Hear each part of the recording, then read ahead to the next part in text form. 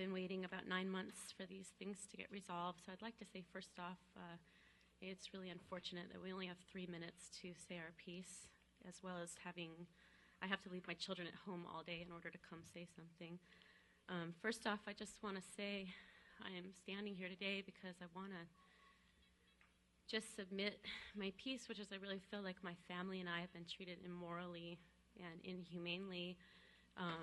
I knew that the code enforcement people were coming at 9 o'clock in the morning. We had an appointment, and my son wasn't feeling well, so I was snuggling with him in bed, and I heard some very loud shouts in the direction of my house. I jumped up.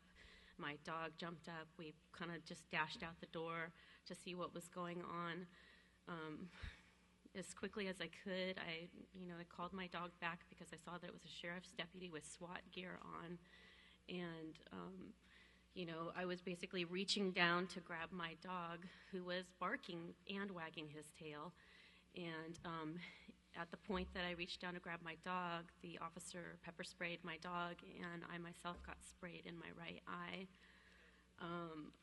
When I asked him why did he do that, he said, he put his hand on his holster and said, well, it's either that or a bullet in his head.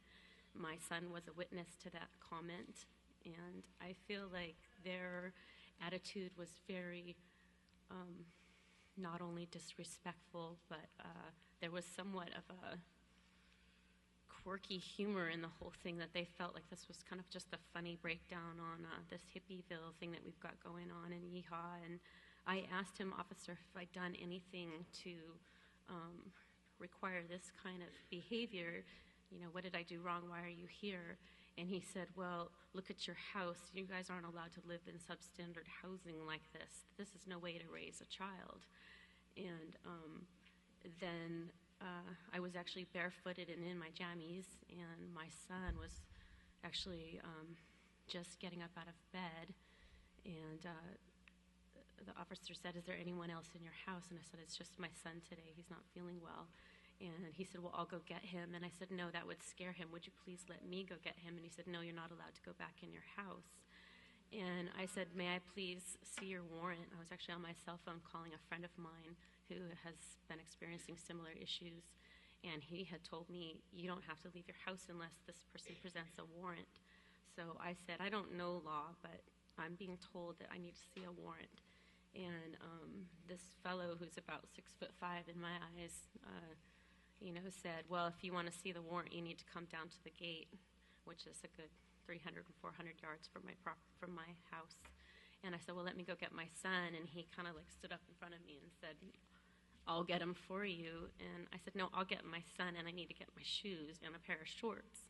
And I went in, and he was still trying to block my way, and I weaseled around him and got my kid, and he threw a pair of shoes at my son, which were actually mine. And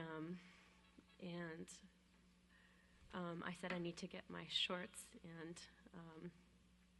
my shorts are actually camouflage, which maybe triggered some kind of response in him, but he grabbed the shorts out of my hand and dumped out the pockets and said, are you carrying any weapons or grenades or knives? And I said, do I look like the kind of person that would carry that kind of thing? And he says, well, I don't know, what kind of person do you think carries those kind of things? He's, like I said, he was kind of being oddly humorous. So anyway, I'm not a conflict kind of person, so I decided to follow this person down to the gate. And when I got down to the gate, there were about 8 other people in SWAT gear, and I asked every one of them if I could please see a warrant, and there was no warrant available for me to see. And so anyway, I sat down for at least a good 2.5 hours with my son. It was very cold that morning, and my son, all he had on was a short-sleeve shirt and a pair of pants. And it wasn't until almost the end that somebody actually looked at my son and said, hey, are you okay? You look kind of cold.